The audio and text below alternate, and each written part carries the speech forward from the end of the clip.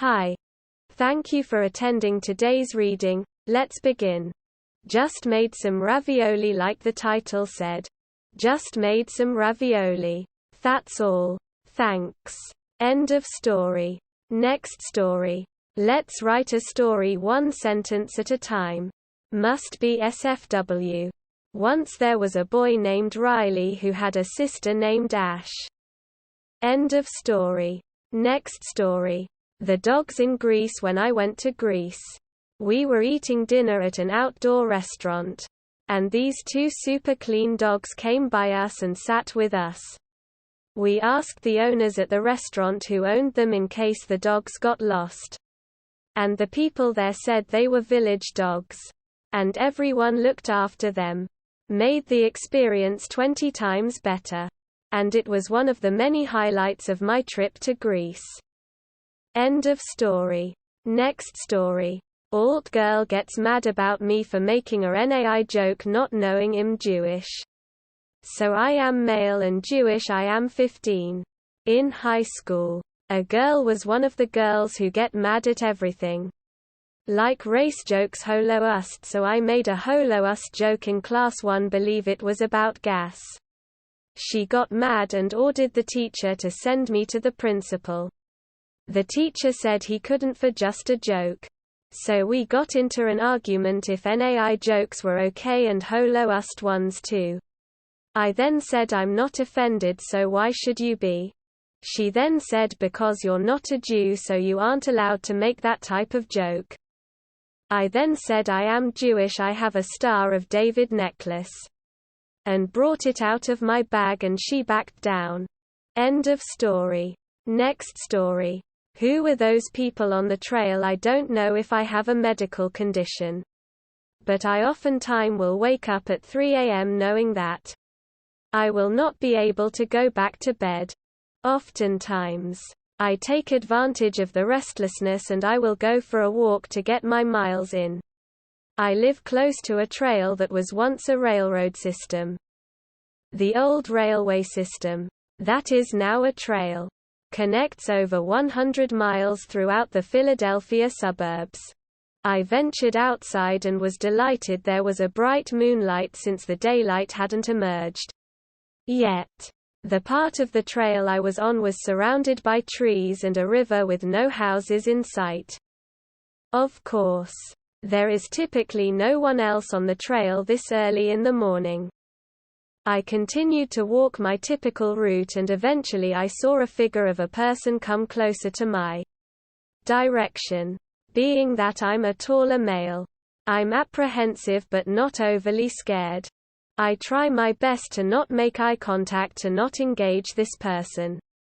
However, I glanced over and noticed he was a boy not older than 14. He seemed like he was a little bit lost or a little bit frightened. Because he was virtually a kid, I couldn't ignore him. I said, "Are you all right?" Quote. He said, "I want to go home." He was wearing a white t-shirt with old Levi jeans. In Pennsylvania there are Amish, Mennonite, suburbanites, Philadelphians, farmers. So it's not always easy telling someone's class or money worth just by looking at them. This kid definitely didn't seem like he came from a wealthy suburban development. He had a crew-cut haircut and didn't have the same edginess that most kids 14-year-old develop.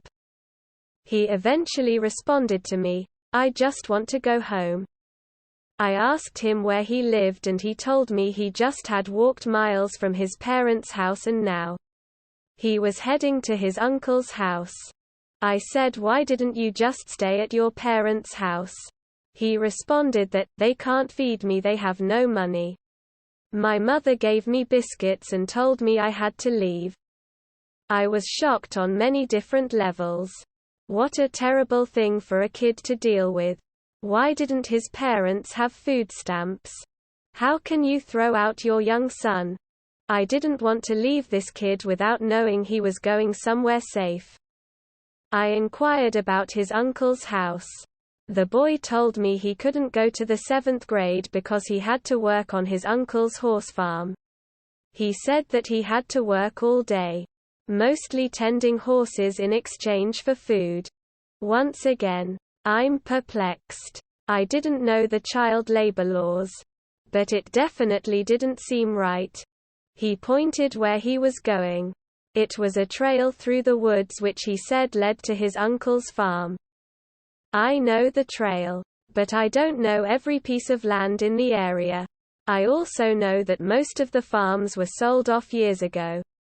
When farmers learned they could sell their land for a small fortune for what is now coined urban sprawl. The boy continued through the woods and I felt really depressed hearing the plight of the young boy. I continued towards home. Now the sun is starting to emerge with a thick layer of fog emerging. Once again, another figure of a person emerges. This time it's a young man in his later teens. I really don't want to engage him, I just want to go home. But he looks completely lost. You never know what someone's angle is, but he looked genuinely lost like the young boy. He appeared different as well. Very simple. Almost like he never seen an R-rated movie. He told me he was walking for hours trying to get to the train. I thought to myself, why is he here? The trains here are long gone. The tracks don't even exist. The closest train is about 15 miles away. I explained this to him. He replied he must have taken a wrong turn somewhere. I then asked what direction he came from and he pointed north. Again, I think to myself, there's not a train for about 40 miles. There hasn't been one since they ripped the tracks out years ago. I asked where did you need to go and he said that he was on leave from the army and had to get back. He said he finished his training and his company battalion was headed to Europe. Well, I said, that's a much better place than Syria or Afghanistan. He looked at me like he never heard of those places. I told him it would take about a 6-hour walk to get to the closest existing train and he continued in that direction. At this point, I'm completely perplexed. Of all the years I've been walking, nearly no one ever stops to talk, and here I had probably the two strangest encounters that I ever engaged in. Eventually, I got home. My wife and kids woke up. My wife was focusing on getting ready for work and was only half listening to me. Later in the day I met up with my grandmother and explained the two individuals that I met on the trail. As I continue to tell her what I encountered, she starts to cry. I'm now baffled why she's crying. Then she says, "That was your grandfather." Quote. I said, "What?" She said during the Depression he had to leave his house because his parents had no money and later on he went to Europe for the war. My grandfather died over 20 years ago. I went back on the trail and retraced my steps and followed the path the boy took through the woods. I then approached a suburban housing development. I say to myself, it's possible the boy walked through this development, but I really can't imagine a farm being close to this area. To this day I'm left wondering, who were two individuals I met on the trail? I should have asked them more questions. I never saw them again. End of story. That is all for today. If you want to support my automated channel, feel free to drop a like and subscribe. See you tomorrow.